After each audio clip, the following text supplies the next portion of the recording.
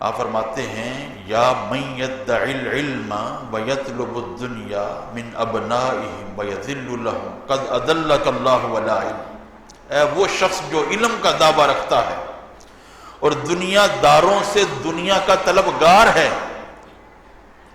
دیکھا وہ ان بندوں کے پاس جاتا ہے جو سرکش ہیں، جو دنیا دار ہیں، جو امراء ہیں، دنیا داروں کے پاس اس کو دیکھا جاتا ہے، اور دعویٰ یہ ہے کہ میں عالم ربانی ہوں۔ آپ اس سے کہتے ہیں قد اضلک اللہ علی علم، اللہ تعالیٰ نے تجھے علم دے کر گمراہ کر دیا، تو نے علم کی قدر پہچانی نہیں ہے۔ علم تمہیں یہاں لے کر نہ آتا، اگر علم تجھے دنیا داروں کے پاس لے کر جا رہا ہے تو پھر تم نے علم دین سے کچھ بھی حاصل نہیں کیا۔ اگر علم تمہیں مسلح پر لائے، علم تجھے اس مسند پر بٹھائے جس سے تو لوگوں کی رہنمائی کرے، تو پھر تو نے علم کی قدر کی ہے، وگرنہ تو علم لے کر دنیا داروں کے پاس چلے جانا یہ تو علم کو بیچ دینا ہے۔ دنیا کی کیا حیثیت ہے علم کے آگے میں؟ آپ فرماتے ہیں ذہبت برکت علمک، اگر تو ایسا ہے تو تیرے علم کی برکت چلی گئی۔ ذہب لبہ و بقی قشرہ، مغز جاتا رہا چھلکا باقی ہے، یعنی کہ لبادہ ہے تمہارا علماء والا، جبہ کبہ تمہارے پاس ہے، لبادہ تمہارے پاس علماء والا ہے، لیکن کردار علماء والا نہیں ہے، کیونکہ یہ علم کی شان کے خلاف ہے کہ علم کو بیچا جائے۔ ایسے ہی آپ واضح طور پر فرماتے ہیں، یہ صحیح بات مسلم ہے، حقیقی عالم وہی ہے جو اپنے وجود کو سیرت نبوی کے کالم میں ڈھال لیتا ہے۔ حضور کی سیرت کے کالم میں اگر کوئی ڈھلتا نہیں ہے تو پھر وہ عالم نہیں ہے۔ آپ پھر عالم با عمل کا مرتبہ بیان فرماتے ہیں۔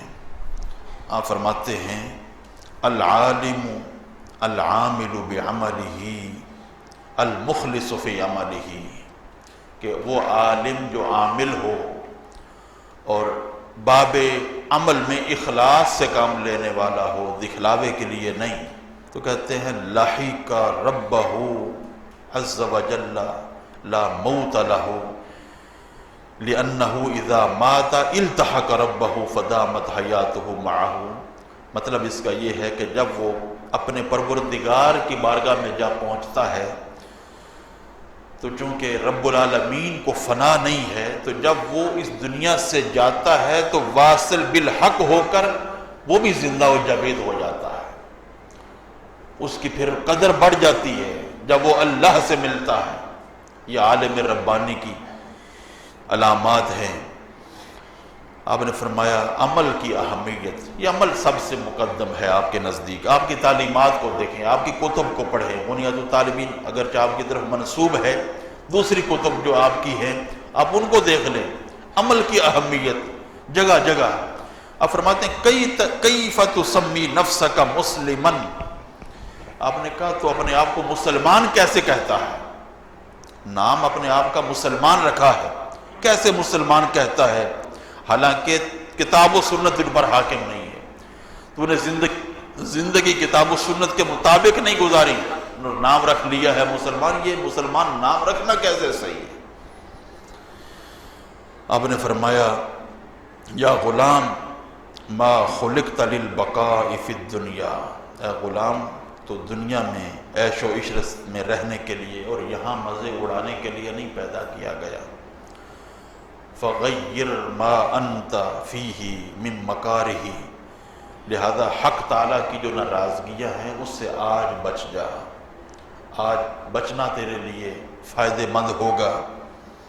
قد قنعت من طاعت اللہ عز وجل بقول لا الہ الا اللہ محمد الرسول اللہ، تو نے اللہ کریم کی اطاعت سے صرف سارا صرف نظر کر لیا اس بات سر کہ لا الہ الا اللہ حاصل ہو گیا ہے مجھے، تو بس یہی کافی ہے، لا الہ الا اللہ پر اکتفا کر لیا ہے۔ اور فرمایا ھذا لا ینفعک، یہ تجھے فائدہ نہیں دے گا، حقیقی فائدہ تو یہی ہے نا، من زحزح عن النار وادخل الجنۃ فقد فاز، جو جہنم سے بچ جائے اور جنت میں چلا جائے وہ حقیقی کامیاب ہے، اور جس کو جہنم میں ایک عرصہ تک رہنا پڑے اور پھر جنت میں جائے وہ حقیقی کامیاب نہیں ہے۔ آپ نے فرمایا ھذا لا ينفعک حتی تضیف الیہ شیئا آخر، یہ فائدہ اس وقت تک تجھے نہیں دے گا جب تک کہ تو عمل کو بھی اس کے ساتھ نہ ملا لے۔ زبان سے کہہ بھی دیا لا الہ الا اللہ تو کیا حاصل، دل و نگاہ اگر مسلمان نہیں تو کچھ بھی نہیں، عمل اگر نہیں تو کچھ بھی نہیں۔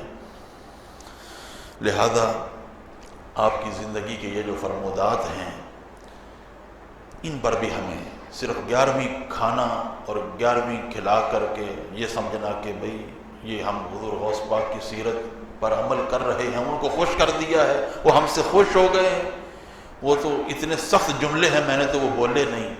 ان کا جو انداز تکلم ہے، جو بے عمل قسم کے لوگ ہیں ان کے حوالے سے وہ تو ناراض ہیں، وہ تو ان کو جاہل کہتے ہیں، وہ تو ان کو شیطان کا پجاری کہتے ہیں، وہ شیطان کا پجاری جو بے علم قسم کے لوگ ہیں ان کا تو انداز ہی یہ ہے۔ لہذا اگر ان کو خوش کرنا ہے، ان کے نام لواؤں میں اٹھنا چاہتے ہیں تو پھر جو انہوں نے کہا ہے اس پر بھی توجہ دینے کی ضرورت ہے۔ اللہ عمل کی توفیق نصیب فرمائے۔ وما علیہ الا البلاغ۔